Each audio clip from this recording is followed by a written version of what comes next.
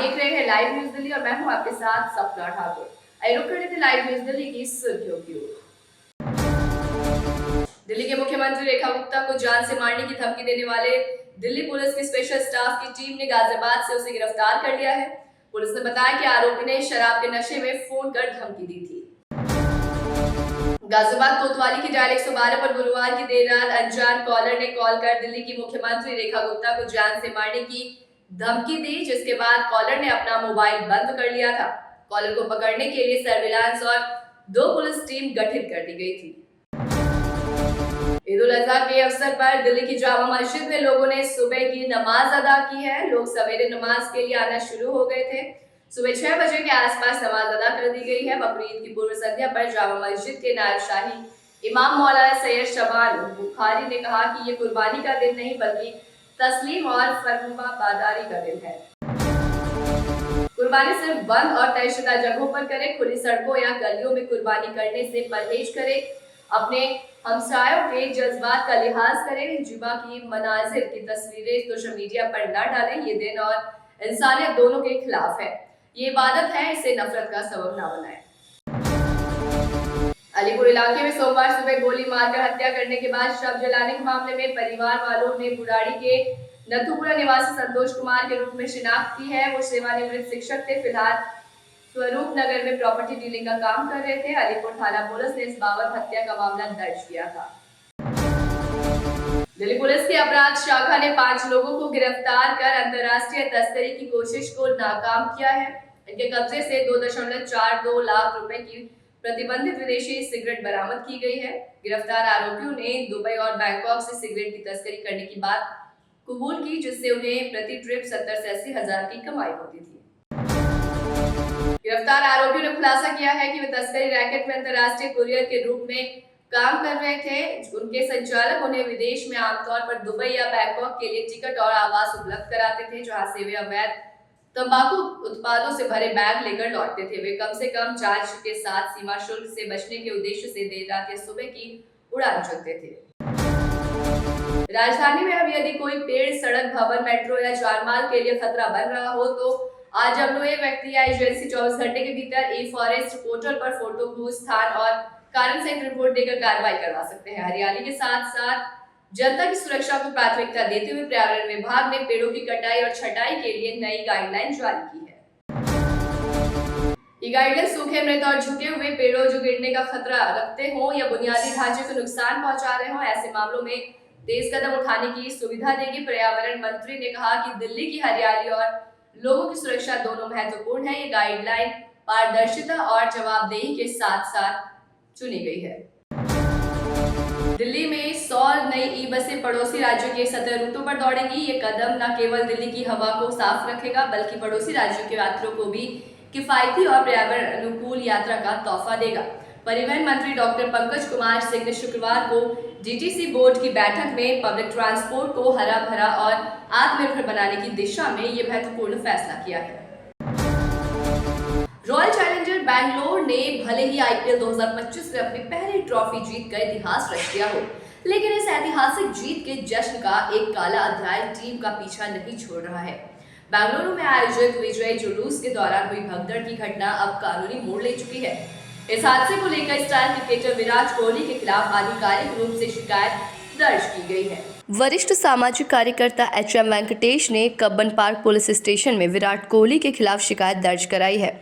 उनका आरोप है कि कोहली समेत आयोजन से जुड़े जिम्मेदार लोगों की लापरवाही की वजह से ये दुर्भाग्यपूर्ण हादसा हुआ, जिसमें कई निर्दोष लोगों की जान चली गई।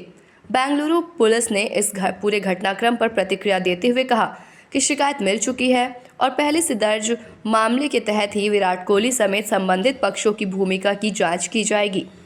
पुलिस विभाग के अनुसार मामले की तह तक जाकर दोषियों के खिलाफ उचित कार्रवाई की जाएगी। ये घटना 4 मई 2025 को तब हुई जब IPL जीत के जश्न में RCB टीम ने शहर में एक भव्य विजय रैली निकाली थी। इस दौरान बड़ी संख्या में प्रशंसक जुटे, लेकिन व्यवस्था चूक गई और भीड़ ने नियंत्रण खो दिया। भगदड़ में 11 लोगों की मौत हो गई, जबकि 33 अन्य गंभीर रूप से घायल हुए। कर्नाटक के मुख्यमंत्री सिद्धारमैया ने बताया कि सभी घायलों का इलाज चल रहा है और वे अब खतरे से बाहर हैं।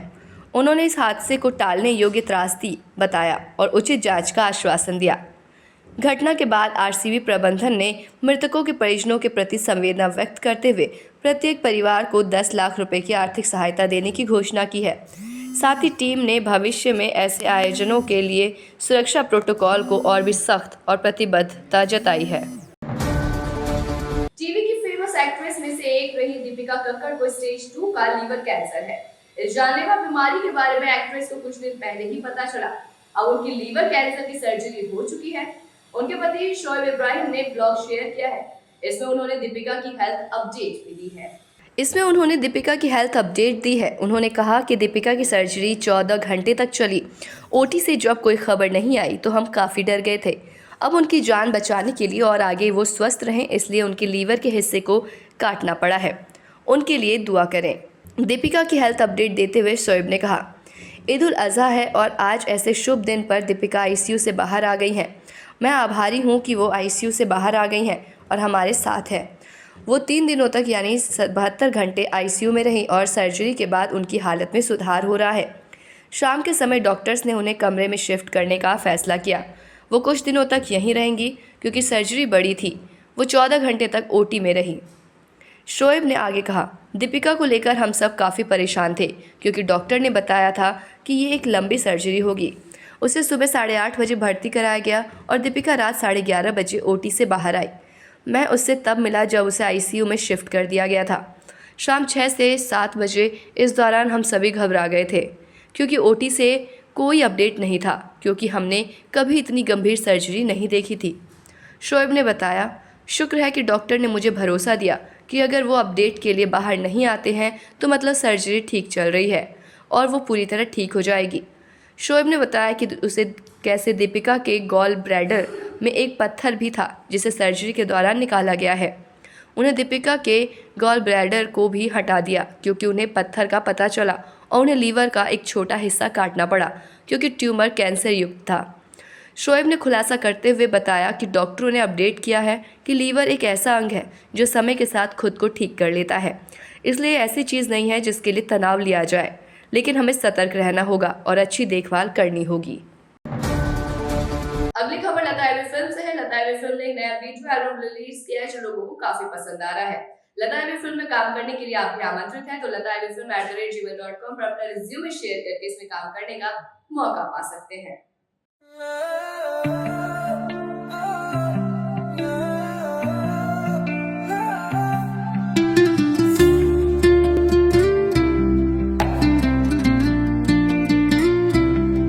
दिल के धागे उलझे सारे। ऐसे तमाम खास खबरों से जुड़ने के लिए देखते रहे लाइव न्यूज़ दिल्ली और साथ ही अपनी खबरें दुनिया तक पहुंचाने के लिए हमारी वेबसाइट www.livenewsdelhi.com पर संपर्क करें। नमस्कार। अभी सब्सक्राइब करें हमारे चैनल लाइव न्यूज दिल्ली को और साथ में बेल आइकन दबाना ना भूलें। Live news Delhi.